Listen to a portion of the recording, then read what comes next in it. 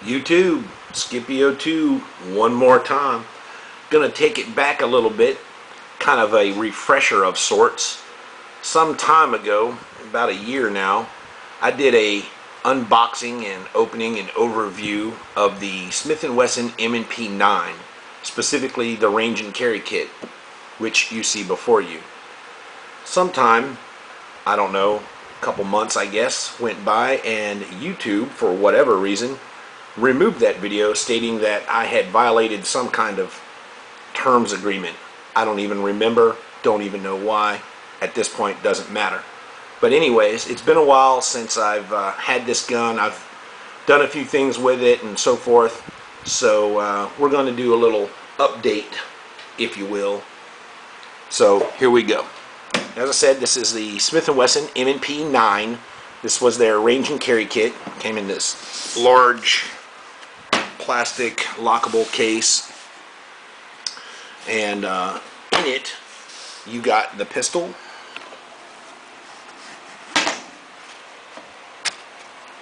two mags, a Maglula uploader, a third mag actually stored in the pistol, a Blade Tech plastic Kydex adjustable holster, and a matching Blade Tech adjustable mag carrier. Plus you got 3 palm swell inserts, small, medium, and large. Here's the small one and the large one. The medium one seems to fit my hand best. You had a traditional, typical, made in China, cheapo cable lock. You had a bevy of join the NRA and Smith and Wesson propaganda, whatever, and all the usual, paperwork that coincides with, firearm purchase. First off, you'll see I don't have any mags in here. I don't have the holsters and so forth. No mag in the gun. Chamber is empty and clear. I'm going to go ahead and close this up and set it off to the side. We're not really interested in what's in there or not in there, as the case were. Set that off to the side. Anyway, so this is the M&P9. You're probably familiar with it. You've probably seen it around or whatever. I first bought this pistol kind of on a whim because I picked one up at a local gun shop and I just fell in love with the way it felt in my hand. It really does have a fantastic feel, balance, whatever you want to call it. The ergonomics in this gun are amazing. I would put them on par and better than anything else out there. I love the way this gun feels in the hand. And it's a good shooter, as it turns out, so score on that. In the last year that I've had this gun, I've basically turned this into my IDPA competition gun. For those of y'all who don't know, I do shoot IDPA pretty regularly, not on any kind of professional level, but on the local and semi-regional. But that's neither here nor there.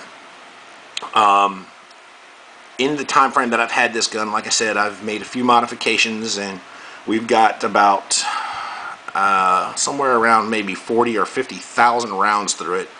True story.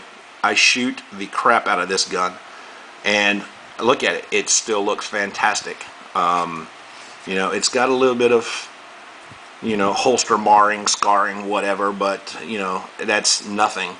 If you've seen my other videos, local shop, TGD Firearms, big shout to them. They do Cerakote work. I'm actually thinking about having this one Cerakoted to match its small caliber 22 brethren, but for another day. On the exterior, you're probably already noticing that I've got different sights in it. These are not the factory 3-dot sights. These are, excuse me, in fact, TruGlow Bright Sights. Lime green on the rear and the cherry red on the front. I find when I'm shooting IDPA competition that my eye tracks that red dot very quickly, very nicely. Some people say that's because I shoot a lot of red dot scoped rifles, and maybe so, maybe not. But these TruGlow Bright Sights, I love them. They're not very expensive. They install very nicely. They're solid. I've had them on there for quite a while, no complaints. The trigger also, this is a Apex Tactical upgrade. They call it something like a 1911 clone or something along those lines. Now, it's not exactly 1911, but it does have a very different feel than the factory trigger. The factory trigger in these guns, if you've ever messed with one or shot one, let me just go ahead and be blunt. It's garbage. It's ridiculously long, it's stupidly heavy, and it doesn't feel even remotely clean. It's rough and gritty. The Apex kit, and I have the complete Apex kit in here with the advanced sear and the lightweight springs and all that goodness, is a world better. A world better. Alright, this gun is cocked.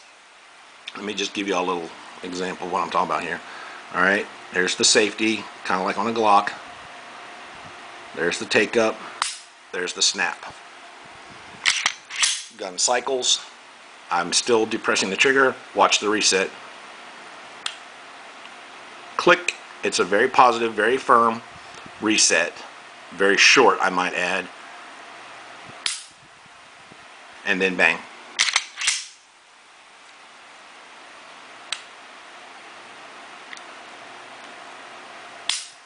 Love this trigger. Love it.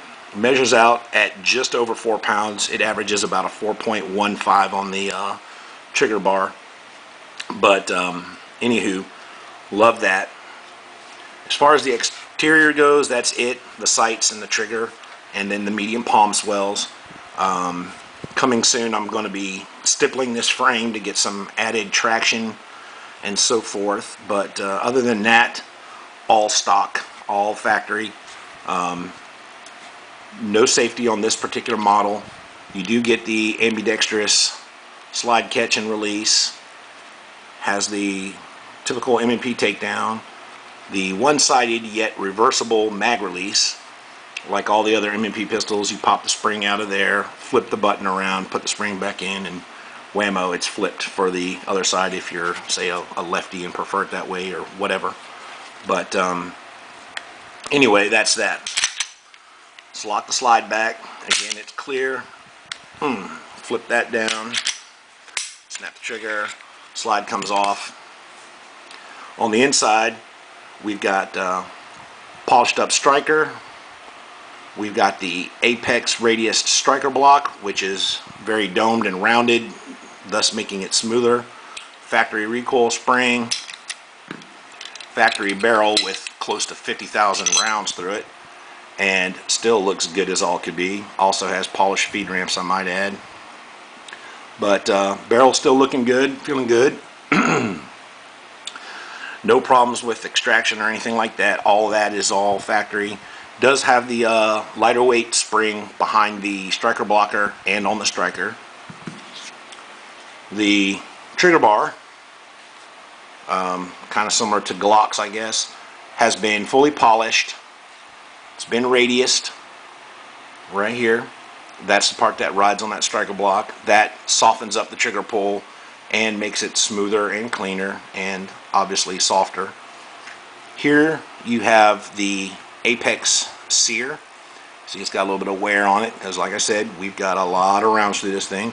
But that is their hardened and advanced timing sear.